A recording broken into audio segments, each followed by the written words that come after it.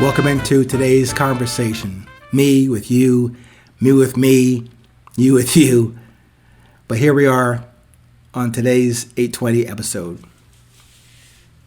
Every 820 episode, every message I put out only intends to remind you, to guide you, and to suggest to you the direction and depth of the resilience that we share in common.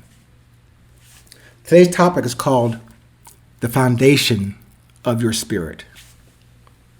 I may have mentioned this to you in probably yesterday's discussion, or maybe 2 days ago, about the core message and model in the book, Resilience, the Beauty of Presence. It's about observation and communication.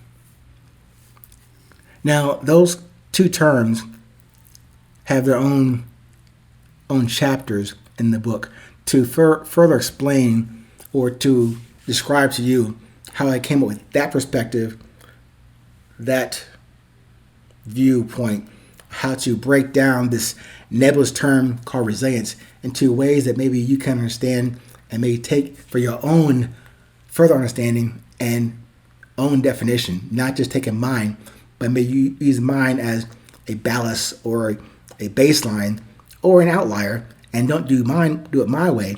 Do something you can do in a similar way, but from the way you observe, by the way you communicate. So, observation and communication, I'm asking you to not see those that flow as a task or task and events. And not necessarily just to strengthen a family, an organization directly. It's possible, but this foundation of observation and communication is a very delicate, tactile, ethereal, has somewhat of a slippery nature to it, because you really can't pin it down and say, oh, this is how it will be done. You shall comply with this, do it this way. Yet, I'm offering this statement about observation and communication as a foundation. But if it's that nebulous, that soft, hard to put in a box, or impossible to put in a box, I'm asking you to consider this as a foundation, yet is that soft nature to it, and I'm asking you to stand on it and to stand in it. That's asking a lot. And you might be asking yourself, how is that possible? Well, that's why I mention and continue to speak of resilience in this way, about the ethereal, slippery, tactile qualities of this foundation. I mean, sure, right now, what you're getting from me is my voice on this recording that you have downloaded and taken the time, the 8 minutes and 20 seconds out of your time to listen to this. But I could put some bricks and rocks and sand and glue and some cement to build a structure and say, hey, this is the 820 building. That is definitely possible.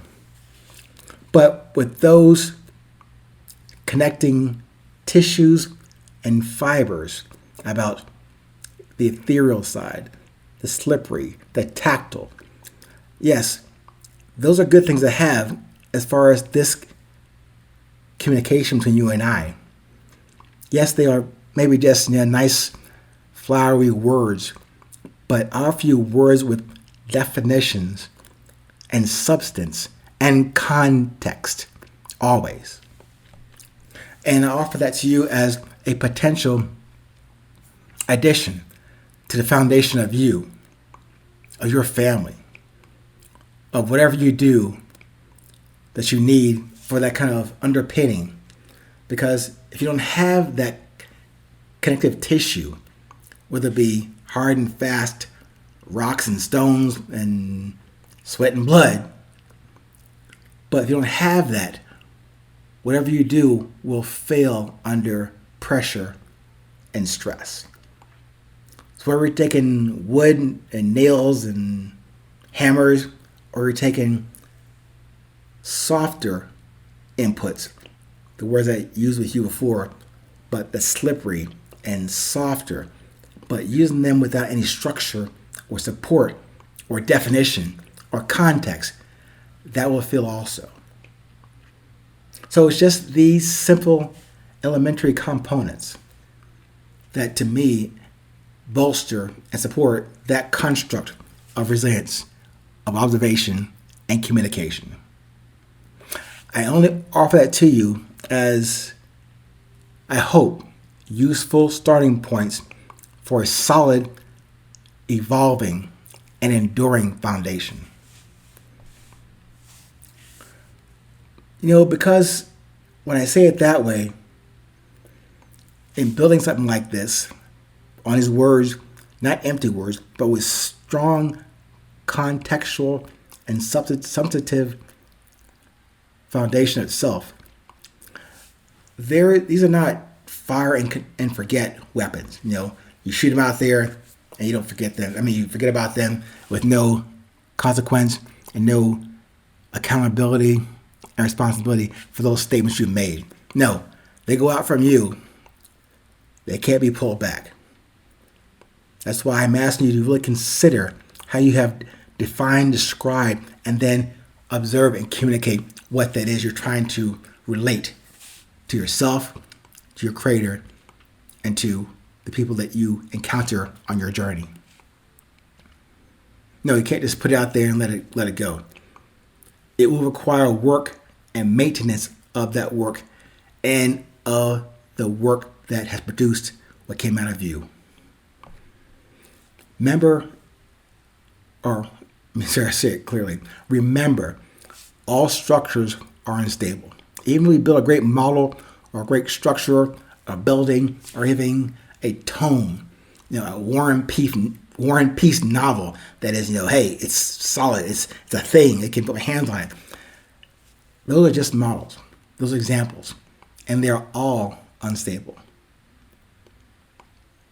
That man, I think his name is George Box, over in Britain, made a timeless statement about models.